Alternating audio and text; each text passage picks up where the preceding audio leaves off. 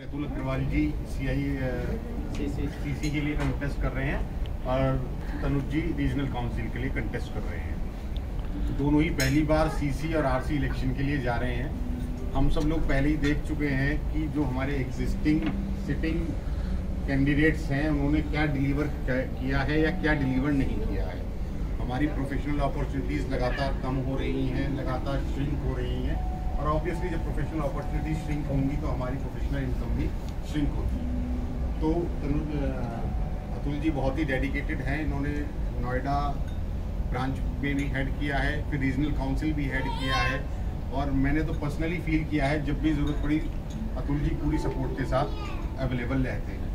और अतुल जी का एक्यूमेंट भी वो है कि अगर ये सीसी इलेक्शन में लेके वहाँ पहुँचते तो मुझे लगता है शायद हमारी कुछ समस्याएं जो लगातार चल रही हैं उनको केटर कर पाएंगे।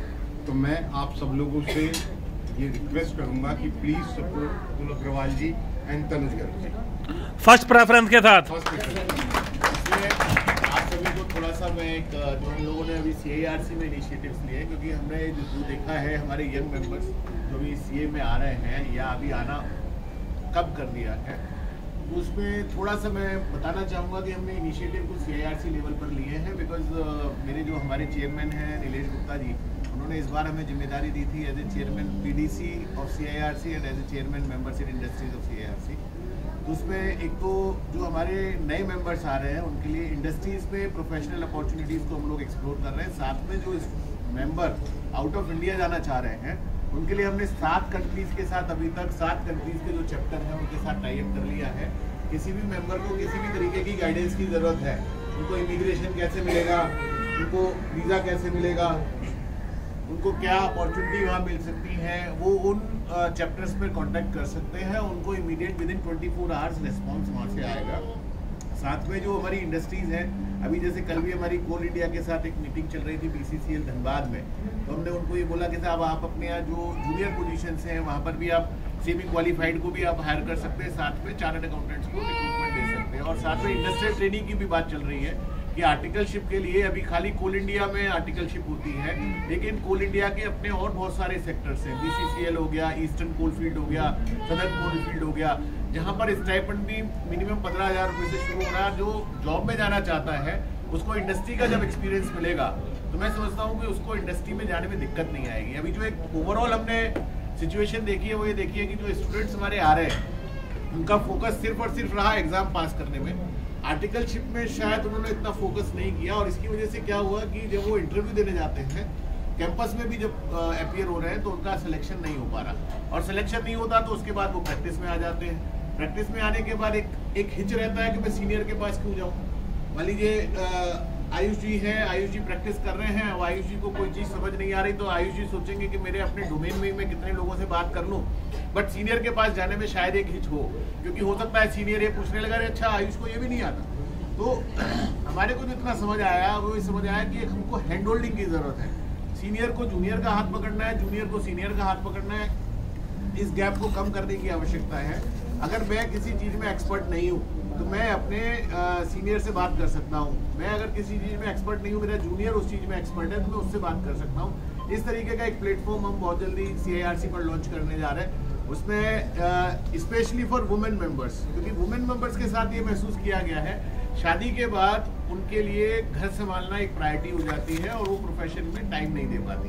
तो उनके लिए भी हमने एक सीरीज चालू कर रखी है CIRC में। वो सीरीज है हमारी वुमेन ऑन वेडनेसडे, और वुमेन ऑन वेडनेसडे में हम हर वेडनेसडे को 2 घंटे की वर्चुअल CP मीटिंग रख रहे हैं, जिसमें स्पीकर्स भी वुमेन मेंबर होती है और उस सेशन का मॉडरेशन भी वुमेन मेंबर करती है। पर्पस क्या है, कौन कौन सी और अपॉर्चुनिटीज़ हैं जिन पर आप काम कर सकते हो।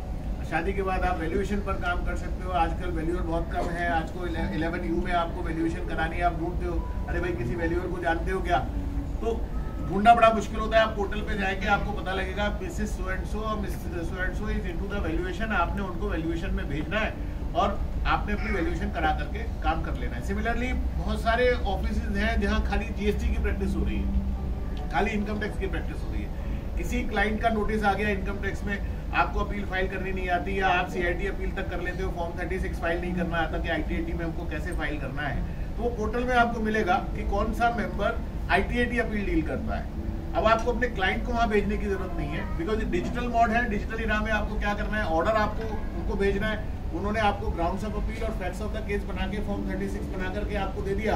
आपके क्लाइंट ने भी इंटरेक्शन, क्लाइंट का भी इंटरेक्शन नहीं हुआ, क्लाइंट जाने का जो डर है वो खत्म हो गया।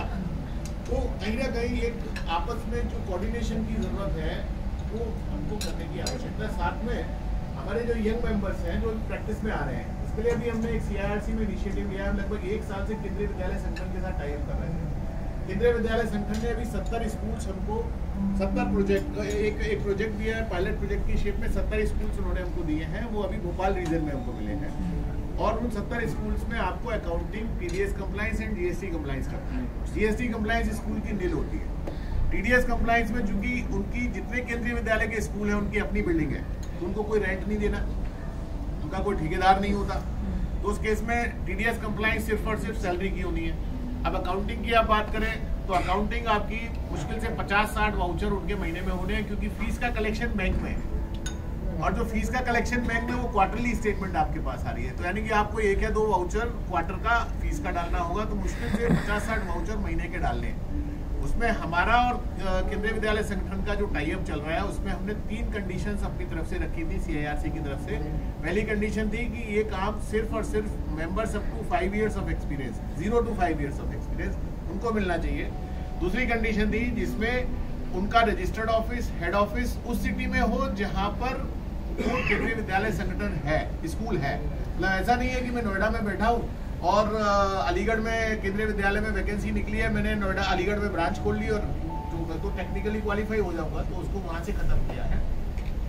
तीसरी कंडीशन 1-2 दिन में फाइनल हो जाएगी, वो है मिनिमम सैलरी की, मिनिमम रेम्यूनरेशन की, जिसमें जो गवर्नमेंट पॉलिसी है, सेंट्रल गवर्नमेंट और स्टेट गवर्नमेंट की पॉलिसी है, उसके हिसाब से वो उसमें मिनिमम फीस कोट नहीं कर सकते टेंडर में। ये उनकी लिमिटेशन है। उन्होंने उस नोटिफिकेशन को हमको भेज दिया, गजट को, जो नोटिफाइड गजट है वो भेज दिया उन्होंने। तो हमने उनसे कहा है कि आप इसमें सिंपल सा एक काम करें, कोई भी टेंडर जिसमें फीस, प्रोफेशनल फीस वहां के मिनिमम वेजेस से कम किसी ने कोट करी है, that tender shall not be considered as an eligible tender. अभी हमारे पास मध्य प्रदेश में जो 70 स्कूल्स प्रोजेक्ट आए हैं, 70 स्कूल जिस प्रोजेक्ट में आए हैं, मध्य प्रदेश में स्किल्ड की जो मिनिमम वेज है वो 17,000 रुपया है, सेमी स्किल्ड का 15,000 और अनस्किल्ड का 13,000। तो मैं मानता हूँ, वर्स्ट सिनेरियो मान लेता हूँ कि साहब अब जब हमारे मेंबर 14 रुपए की फीस कोट करते हैं स्टॉक वेरिफिकेशन पे, पूरा आज ही एक व्हाट्सएप में चल रहा था कि साहब एक बड़ी फर्म ने स्टॉक वेरिफिकेशन मतलब जो CSA तक एलिजिबल है और 20,000 और 12,000 और 15,000 की डोनेशन दे रखी है, सारी लेस देन 15,000 है। वहाँ पर अगर 13,000 रुपये महीना मिनिमम भी अगर मेंबर को मिलता है, नए मेंबर को जो प्रैक्टिस शुरू कर रहा है, तो यानी कि उसका रेंट तो निकलना चालू होगा। आज की डेट में बेसिक नीड क्या है, प्रैक्टिस में जब मेंबर आता है तो उसका एक दिमाग में होता है कि मेरे को बैंक ऑडिट मिलेगा। बैंक ऑडिट आजकल क्राइसिस में है, तो उसको एक 15,000 रुपये महीने का फिक्स इनकम हो गई, 13,000 रुपये महीने की फिक्स इनकम हो गई। अभी हमारे पास केंद्रीय विद्यालय के पूरे इंडिया में 7,000 स्कूल्स हैं और 7,000 हमारे नवोदय विद्यालय हैं और 7,000 हमारे सर्वोदय विद्यालय। आप समझिए कि कम से कम 20 से 25,000 चार्टर्ड अकाउंटेंट्स को ये एक फिक्स इनकम की अपॉर्चुनिटी मिलने जा रही है। और इसमें भी ओपन टेंडर नहीं है, क्लोज टेंडर होगा, यानी कि इंस्टीट्यूट से लिस्ट मांगी जाएगी।